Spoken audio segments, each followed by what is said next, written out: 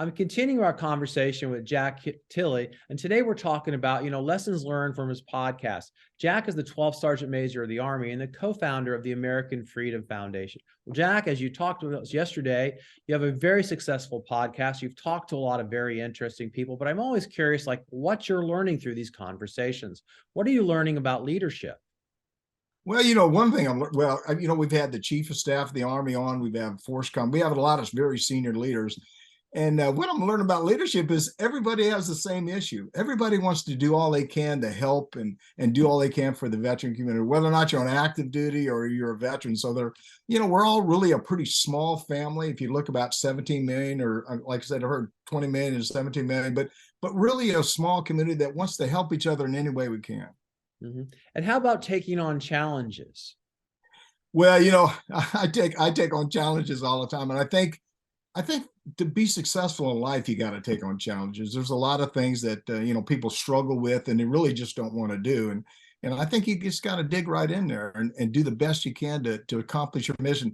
It was a struggle for me to really get in front of people and talk years ago. I didn't want to speak to people, but I did it anyway. I got up and I tried to, get the message out and do all I can to help people. So it's, there's a lot of struggles in life, but just all you got to do is buckle up, look at it, and take it on head first.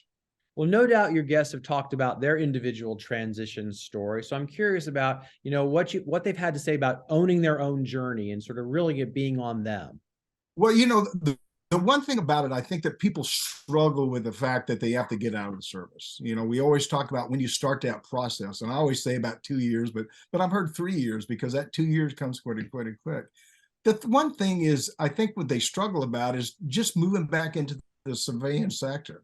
It's a culture shock. The way I lived in the military, not to say that living in the civilian sector is bad, but the way you're out in the civilian sector, people don't have the same kind of thought process you have. I had 16 trips to Afghanistan, 3 in Iraq, was fighting in the streets of Saigon when I was 18, in the Pentagon for 9/11, overran 20 wounded and 7 killed. So when I talk about things, I'm really military, and I want to talk to people military, and sometimes they just change the subject, and they don't feel uncomfortable, or they feel uncomfortable. But I think, again, it's a culture shock just getting out of the service. Now, you've heard about the broken veteran narrative, right? That folks go off and just, come back wounded, whatever. And now I think a lot of people don't want to join the military because that's what they think may happen to them. But of course, much of the experience in the military is very, very positive. What are your guests having to say about the broken veteran narrative? Well, I think, first of all, I got to tell you this one part. I wasn't a good kid. When I was a small kid, I was really a bad kid. But telling your audience here, I was locked up for about 9 months and really struggled in life. And when I came in the Army, I'll tell you why I came in the Army. A guy said, when I graduated from school, he said, "You want to go to college?" And I said, "People like me don't go to college. Low self-esteem, nothing's going right, going in the wrong direction." The next guy said, "You want to join the military?" And I said, sure, why not? I went basic AIT jump school straight to Vietnam. I went from 17 to 55. The other thing I think that it really changed my life. It made me look at life so much differently. It made me appreciate life. And I think anytime that you have a veteran that's, whether or not he's going to work for you or you're talking to whatever, they have struggles too, but they work through those struggles. So I think when you're talking about people with disabilities and issues or whatever, I think that the ones that have issues know how to deal with them. I say certain things that make me cry, and I can't turn it off. I mean, if I say a certain word about something, I'm giving a speech, I'll tear up. I won't boohoo cry, but it's hard to get through, and that's the same with a lot of veterans. So it's I heard about it, but I think we're doing pretty good. Well, it sounds like from this description, there's a lot of great things going on in your podcast. For the viewers and listeners, how can they follow you? How can they learn more and watch it or listen to it? Well, first of all, you go to YouTube, go to yournextmission.org, and just click on that. Hit that subscribe button when you get on. They hit the notification button. Also, there's and they'll send you all the shows for nothing.